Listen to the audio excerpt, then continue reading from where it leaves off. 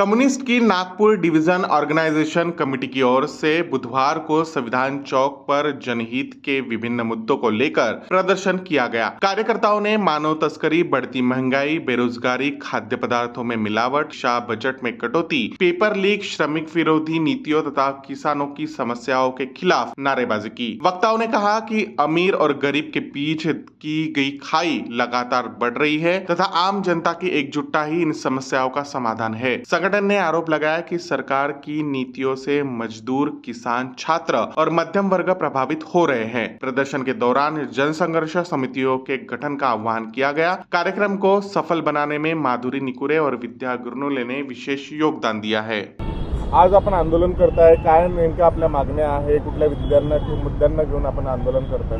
आमची मागणी आहे की शिक्षणामध्ये जी निरंतर फिवाळ होते आहे, दरवर्षी आपण बघतो जेव्हा मुलांचा ॲडमिशनचा काळ जवळ येतो तर सर्व शाळांमध्ये, महाविद्यालयांमध्ये मोठ्या प्रमाणावर फिवाळ केल्या जाते आणि जेव्हा परीक्षा होतात, आता हे जे एजन्सीज आहेत त्या एजन्सीजकडे परीक्षा घेण्याची जी जबाबदारी देण्यात आलेली आहे, ते लोक पेपर तयार करतात, पेपरची तपासणी करतात। या पेपर जे लीक होऊन राहिलेले आहेत आणि पेपर तपासणीमध्ये जे घोळ होऊन राहिलेले आहेत, तर याची जी पारदर्शिता आहे ती पारदर्शिता कायम ठेवण्यासाठी आपण जे आहे आपल्या सरकारी एजन्सीच्या वतीने नागपूर आपले जे विद्यापीठ असेल किंवा युनिव्हर्सिटी ग्रँट कमिशन असेल त्यांच्या वतीने जे आहे सरकारी यंत्रणेच्या वतीने या सर्व गोष्टी तपासायला पाहिजे।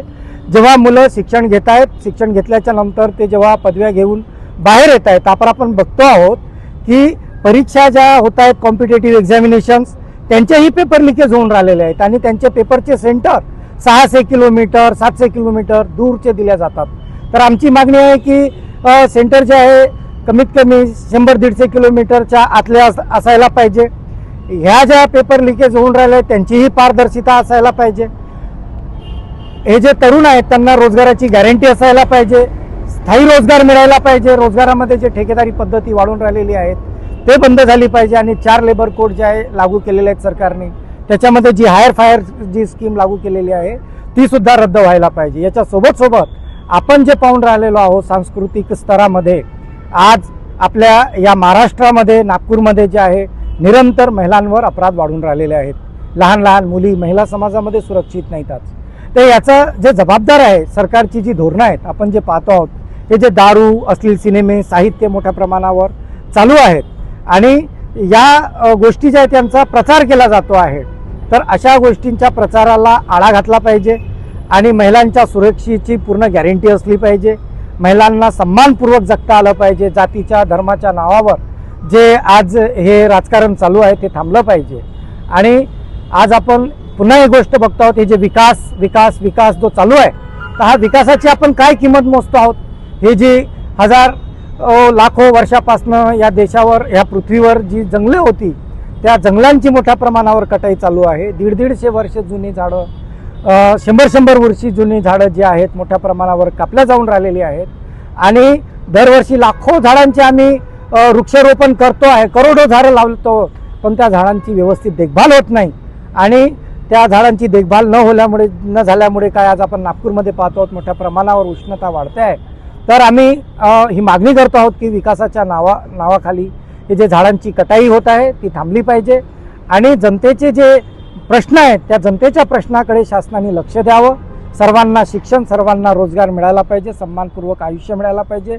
जबरदस्तीने TOD स्मार्ट मीटर लावण्याचं धोरण बंद करायला पाहिजे, कारण TOD स्मार्ट मीटर हे ऐच्छिक आहे। 2003ची जी कायदा आहे विद्युत कायदा, त्याच्यामध्ये जी कलम 47(5) आहे त्या अंतर्गत स्मार्ट मीटर हे ऐच्छिक आहे आणि ह्या सर्व मागण्या घेऊन आम्ही जे आहे आज इथे हे प्रदर्शन आयोजित केलं होतं। SUCI कम्युनिस्ट पक्षाच्या नागपूर विभागीय सांगठनिक कमिटीच्या वतीने मी विजेंद्र राजपूत। रद्द करो, बढ़ती महंगाई पे रोक लगाओ, पेपर लीक नहीं सहेंगे, पेपर लीक करने वालों को कठोर शिक्षा देनी होगी, पेपर लीक करने वालों को कठोर शिक्षा देनी होगी। बिजली बिल में स्मार्ट मीटर लगाना बंद करो, स्मार्ट मीटर लगाना बंद करो। बढ़ती महंगाई पे रोक लगाओ। रोक लगाओ एसयूसीआई कम्युनिस्ट जिंदाबाद। एसयूसीआई कम्युनिस्ट जिंदाबाद।